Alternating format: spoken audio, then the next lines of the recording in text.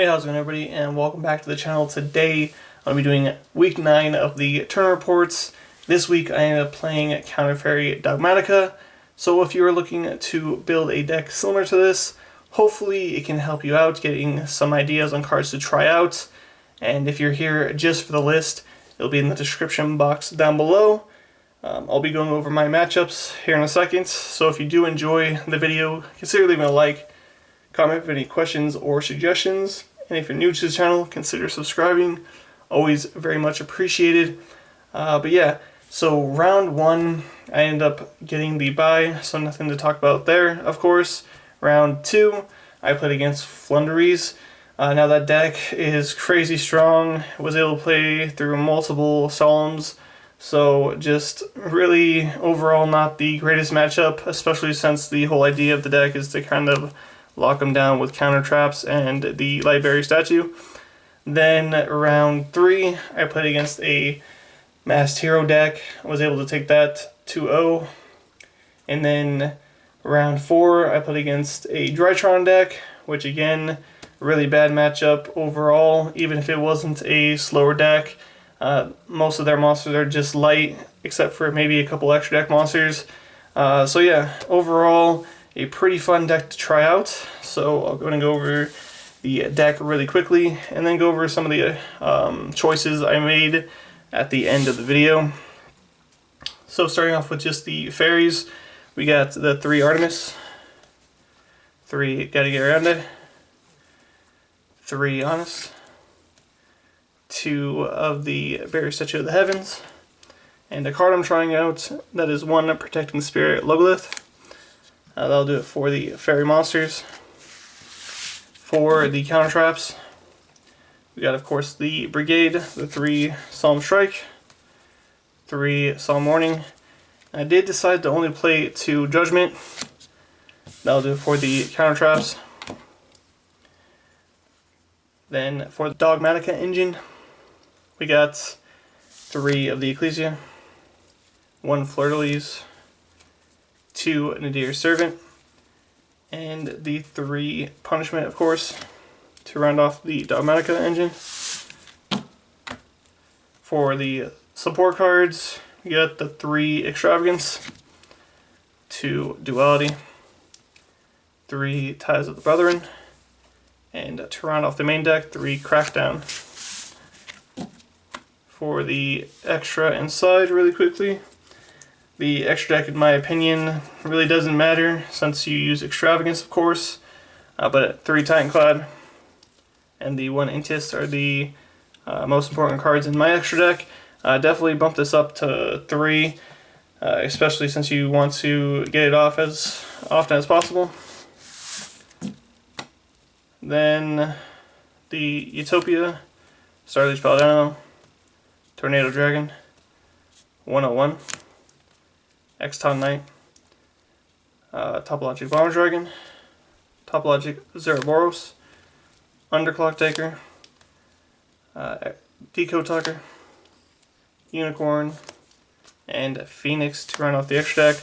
Like I was saying, not too important what you run in the extra deck, so you can change that up in any way you want, and that goes for the side deck as well.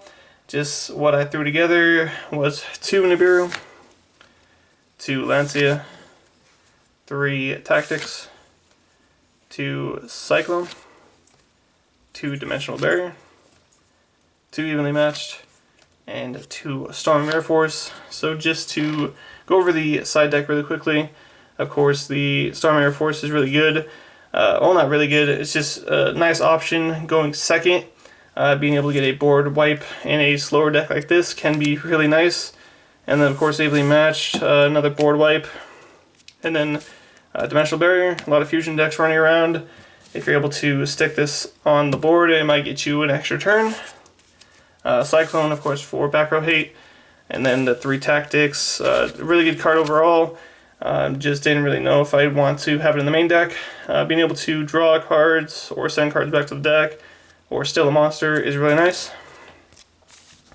And of course for the banishing decks, 2 Lancia and the 2 Nibiru to try to punish decks that are very combo heavy.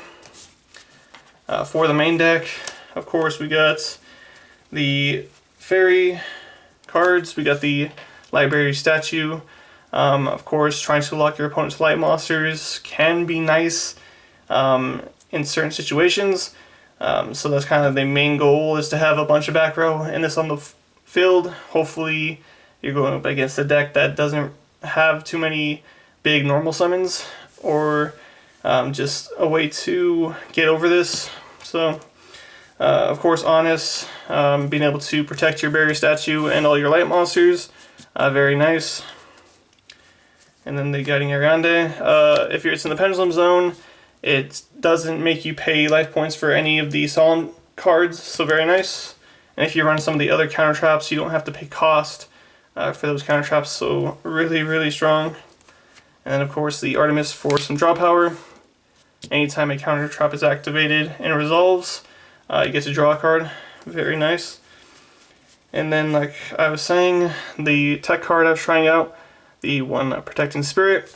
Now this might be better in another deck that utilizes fairies, but in this particular one, the only way you get to special summon it is, of course, if a fairy monster activates an effect outside of the damage step, you can special summon it from the hand. So the only ones that it really works with, of course, is the Artemis and the Honest in main phase 2, and I believe Ariadne. Its on-field effect is when it's destroyed by battle, you get to reveal 3 counter traps to your opponent and they pick one. So yeah, overall pretty awesome, especially if you're able to stick a statue and stun your opponent that way. And of course the trap cards, the main part of the deck. Of course you want to try to stun your opponent as much as possible, so you have the Solemn Brigade. Overall really nice, but a lot of the meta decks can play through the Brigade, so not as strong as they used to be, but still pretty fun to actually run this deck, and being able to say no to your opponent as much as possible is always nice.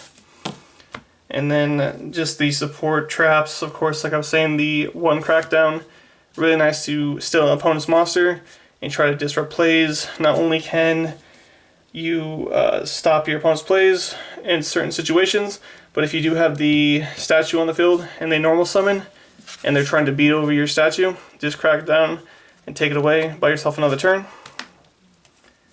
And of course, Ties of the Brethren, just to try to spam the board with the level 4 fairies. Paw of Duality for that adding of a card, and then of course the extravagance for that draw power. Overall very nice, especially since you don't need the extra deck in this specific deck, of course. And then you got the Dogmatika engine, which is solid all around. Very nice support, in my opinion. Being able to have the Dogmatika punishment as an interruption, and this being able to search it at whenever it's normal or special summon is very, very nice. And yeah, overall, I did enjoy playing this deck a lot. And like I said at the beginning of the video, if you are trying to build a deck similar to this, hopefully this can give you some ideas. And until next time, I'll see you guys later.